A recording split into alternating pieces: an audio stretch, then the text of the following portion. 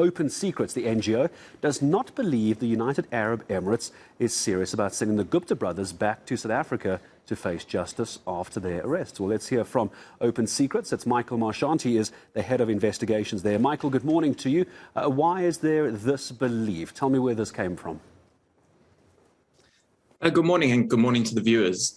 Look, I think that where this comes from is a recognition of why the Guptas are in the UAE to begin with, and why so much of the state capture money and the loot that was taken from state-owned entities has been laundered through Dubai and the UAE. And the reason is very simple, is that the UAE economy for the last few decades has been built on it being a secrecy jurisdiction, a place where companies can easily be set up, and a place essentially that thrives on welcoming illicit funds from around the world that enables corruption elsewhere.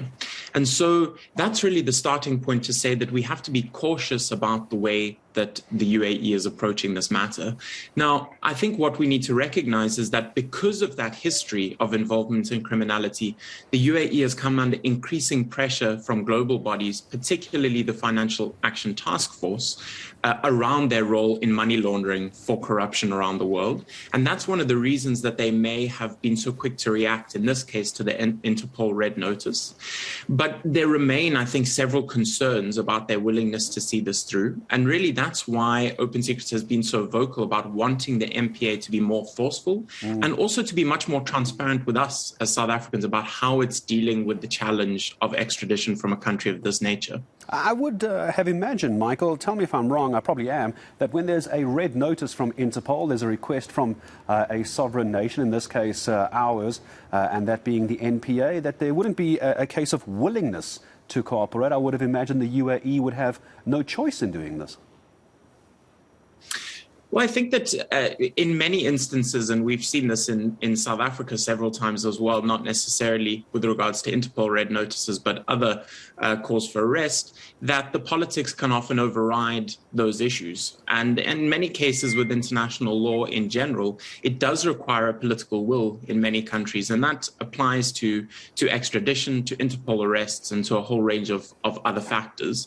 I mean, one of the things that we are concerned about in this particular case is that although the UAE returned to South African authorities as early as March to request further information regarding the request for arrest and extradition, it took our authorities, our police and NPA, nearly 3 months to respond to that.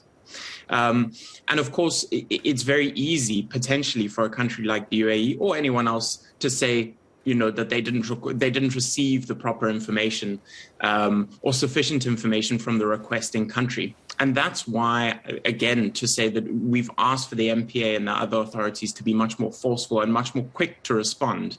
Because what seems to have happened in this instance is that although South Africa ultimately was the country that obtained the Interpol Red Notice, the NPA and other authorities seem to have been playing catch up from the time the arrest was announced. And really that arrest is simply the first stage in what is a very long, often quite tricky process to secure extradition. Michael, I see the director of Open Secrets, Henny van Vieren, on record as saying that the NPA could very well bungle this.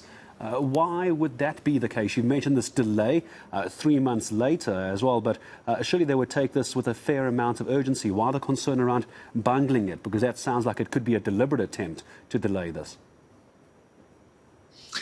So I don't know if we have evidence that the delay is deliberate, but I think that the reason that the doubts set in, and I've said this already, but I'll return to this point of the NPA has been very slow also to be very transparent with the public about exactly which team is running this. One of the concerns is that Advocate Katz, who appears to be the advocate sent over to deal with this, while he has some extradition experience, it's not clear that he's the person with the most knowledge of state capture, the money laundering crimes in this instance. And so we haven't really been told about which team has been precisely sent over to deal with this matter and why they are best placed to be able to do that. We must remember as well that the NPA cannot bring the Guptas back to this country, and then much later decide that in terms of that extradition, they want to try them for a range of other crimes. All of that has to happen in a matter of months. And so what we want, I think what we would have wanted to have seen is that the state capture experts within the NPA should have been leading this with the assistance of an extradition lawyer rather than the other way around. And the NPA has been, I think, quite cagey in terms of letting the South African public know exactly which of their team is doing it, why, and what they see the process as being.